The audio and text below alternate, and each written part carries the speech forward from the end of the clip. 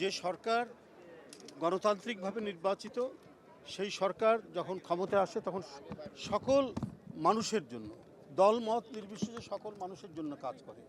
আর সেই দেশের যিনি রাষ্ট্রপতি হলেন, নতুন আজকে শপথ নিলেন রাষ্ট্রপতি, তিনি দলনিরপেক্ষভাবে সকল ধরনের পলিটিক্যাল ডিভাইড এবং অভ্যন্তরীণ সামাজিক যে ফ্র্যাকচার বা অন্যান্য যা কিছু আছে সমস্ত কিছুর ঊর্ধ্বে উঠে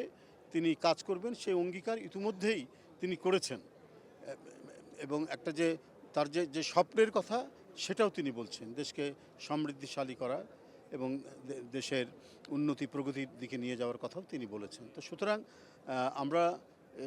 এই ধরনের একজন মহামান্য রাষ্ট্রপতি যিনি হলেন, তার কাছ থেকে দেশবাসী অবশ্যই সমস্ত ধরনের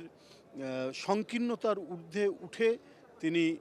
যথার্থভাবে দেশের অভিভাবক হিসাবে, গার্জেন হিসাবে তিনি কাজ করবেন। এবং যখন দেশের সর্বোচ্চ অভিভাবক নিরপেক্ষভাবে কাজ করবেন, তখন দেখবেন, কাজ করেন যখন, তখন দেখবেন যে সমাজের মধ্যে ন্যায় বিচার প্রতিষ্ঠিত হবে,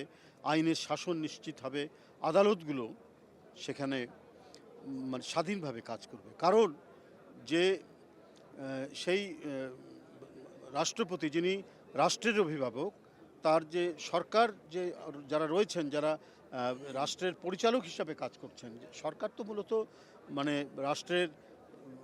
পরিচালনা করেন, বিভিন্ন কর্মকাণ্ড তারা পরিচালনা করেন। তো সেই সরকার যখন দলমত নির্বিশেষে সকল স্বার্থের ঊর্ধ্বে উঠে কাজ করেন এবং জনস্বার্থকে, সামাজিক সুরক্ষাকে যিনি অগ্রাধিকার দেন, তো সেই সরকারের কর্মকাণ্ড যেমন সকল মানুষের জন্য, মানব গোষ্ঠীর জন্য, ঠিক